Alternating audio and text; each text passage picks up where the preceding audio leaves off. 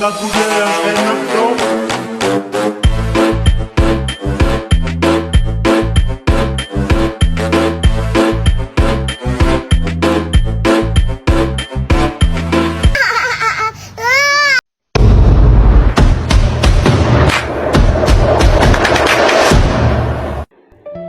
Assalamualaikum warahmatullahi wabarakatuh. Perkenalkan, nama saya Vina Wulandari dari kelas E Akuntansi dengan NIM 092014251111. Pada kesempatan kali ini, saya akan memaparkan sebuah materi video tentang korupsi, salah satu masalah terbesar yang masih menghambat pembangunan dan kesejahteraan masyarakat di Indonesia. Yang pertama yaitu pengertian korupsi. Korupsi adalah penyalahgunaan kekuasaan atau jabatan untuk mendapatkan keuntungan pribadi atau kelompok. Korupsi dapat terjadi dalam bentuk suap, penggelapan dana, manipulasi anggaran, pungutan liar, dan berbagai cara lain yang merugikan negara serta masyarakat. Pada dasarnya, korupsi terjadi ketika seseorang yang memiliki wewenang menggunakan posisinya untuk mengambil sesuatu yang seharusnya menjadi hak publik. Yang kedua yaitu penyebab korupsi. Yang pertama yaitu lemahnya pengawasan. Korupsi sering terjadi karena kurangnya sistem pengawasan yang kuat. Ketika lembaga pengawasan tidak bekerja maksimal, pelaku merasa aman untuk menyalahgunakan kekuasaan. Tanpa pengawasan yang jelas, korupsi bisa tumbuh subur dan sulit dideteksi. Yang kedua yaitu gaya hidup konsumtif dan tekanan sosial. Beberapa pelaku korupsi terdorong oleh keinginan hidup mewah, gengsi, dan tuntutan sosial. Ketika pendapatan tidak sesuai dengan gaya hidup yang diinginkan, sebagian orang memilih jalan singkat untuk melakukan korupsi. Yang ketiga yaitu moral dan integritas yang rendah. Korupsi sering muncul ketika individu tidak memiliki moral dan integritas yang baik. Kurangnya pendidikan karakter sejak dini membuat seseorang tidak merasa rasa malu atau rasa bersalah ketika melakukan kecurangan. Yang keempat yaitu budaya. Semua bisa diatur. Di masyarakat kita masih ada budaya bahwa segala urusan bisa dipercepat atau dipermudah dengan uang. Kebiasaan memberi dan menerima uang pelicin membuat tindakan korupsi dianggap normal dan akhirnya menjadi budaya. Yang kelima yaitu sistem birokrasi yang rumit. Prosedur birokrasi yang panjang dan membingungkan sering terjadi alasan munculnya pungutan liar. Ketika masyarakat ingin berproses cepat, oknum memanfaatkan situasi ini untuk meminta bayaran tambahan. Yang ketiga yaitu bentuk-bentuk korupsi. Yang pertama yaitu suap. Suap adalah memberikan uang, hadiah, atau keuntungan lain agar seseorang melakukan sesuatu yang sebenarnya tidak sesuai aturan. Misalnya membayar pejabat agar perizinan dipercepat. Suap sangat merusak karena menggantikan aturan dengan uang. Yang kedua yaitu penggelapan dana. Penggelapan terjadi ketika seseorang yang dipercaya mengelola uang publik menyalahgunakan dana tersebut untuk kepentingan pribadi. Contohnya kasus dana desa yang digunakan kepala desa untuk membeli barang mewah.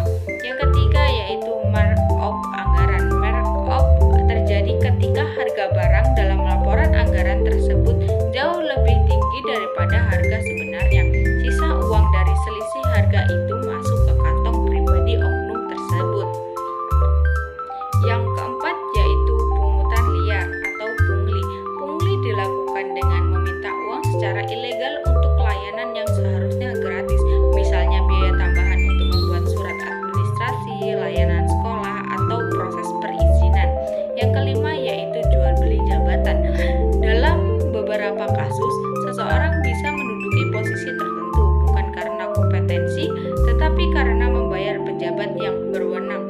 Ini membuat kualitas pelayanan publik menurun karena pejabat dipegang oleh orang yang tidak layak. Yang keempat yaitu dampak korupsi. Yang pertama yaitu kerugian keuangan negara. Korupsi mengurangi anggaran negara karena uang yang seharusnya untuk pembangunan justru hilang. Akibatnya banyak program pemerintah tidak berjalan sesuai rencana. Yang kedua yaitu infrastruktur buruk dan tidak berkualitas. Ketika anggaran pembangunan dikorupsi, kualitas proyek menjadi buruk. Kita sering melihat jalan cepat rusak, pembangunan sekolah tidak layak, atau jembatan yang roboh. Semua berasal dari anggaran yang dipotong demi keuntungan pribadi. Yang ketiga yaitu meningkatnya kemiskinan. Korupsi memperlambat pembangunan ekonomi, membuat bantuan sosial tidak tepat sasaran, dan membuat masyarakat kecil semakin menderita. Yang keempat yaitu menurunnya kepercayaan publik. Ketika masyarakat melihat penjabat terkena kasus korupsi, kepercayaan terhadap pemerintah menurun. Hal ini berbahaya karena dapat mengganggu. Yang keempat yaitu menurunnya kepercayaan publik. Ketika masyarakat melihat penjabat terkena kasus korupsi, kepercayaan terhadap pemerintah menurun. Hal ini berbahaya karena dapat mengganggu stabilitas negara. Yang kelima yaitu menghambat investasi dan pertumbuhan ekonomi. Investor enggan menanamkan modal di negara yang tingkat korupsinya tinggi. Yang kelima, menghambat investasi dan pertumbuhan ekonomi. Investor enggan menanamkan modal di negara yang tingkat korupsinya tinggi karena dianggap berisiko. Akibatnya pertumbuhan ekonomi menjadi lambat. Yang kelima yaitu kasus korupsi di Indonesia. Yang pertama yaitu kasus EKTP. Kerugian negara mencapai triliunan rupiah karena markup dan penggelapan anggaran. Yang kedua yaitu bangsot COVID-19. Bantuan untuk masyarakat terdampak pandemi dipotong oleh oknum penjabat. Yang ketiga yaitu suap kepala daerah. Banyak bupati dan wali kota ditangkap karena menerima suap proyek. Yaitu contoh-contoh ini menunjukkan bahwa korupsi terjadi di banyak sektor dan bisa dilakukan oleh siapapun yang tidak memiliki integritas. Yang keenam yaitu pencegahan korupsi. Pemberantasan korupsi perlu dilakukan dari berbagai pihak. Yang pertama, penguatan penegakan hukum. KPK, kejaksaan, dan kepolisian harus diberi kewenangan kuat untuk menindak perilaku. Yang kedua yaitu transparansi anggaran. Semua penggunaan dana publik harus bisa dilihat masyarakat melalui website atau laporan terbuka. Yang ketiga yaitu pendidikan anti korupsi sejak dini. Membiasakan kejujuran sejak kecil penting untuk membangun generasi yang berintegritas. Selanjutnya yang keempat yaitu digitalisasi layanan publik. Semakin sedikit tatap muka, semakin kecil peluang pungli. Yang kelima yaitu partisipasi masyarakat. Masyarakat bisa melaporkan dugaan korupsi melalui kanal resmi seperti sumber pungli atau KPK. Baik, yang terakhir yaitu kesimpulan. Korupsi adalah tindakan yang merugikan negara dan masyarakat.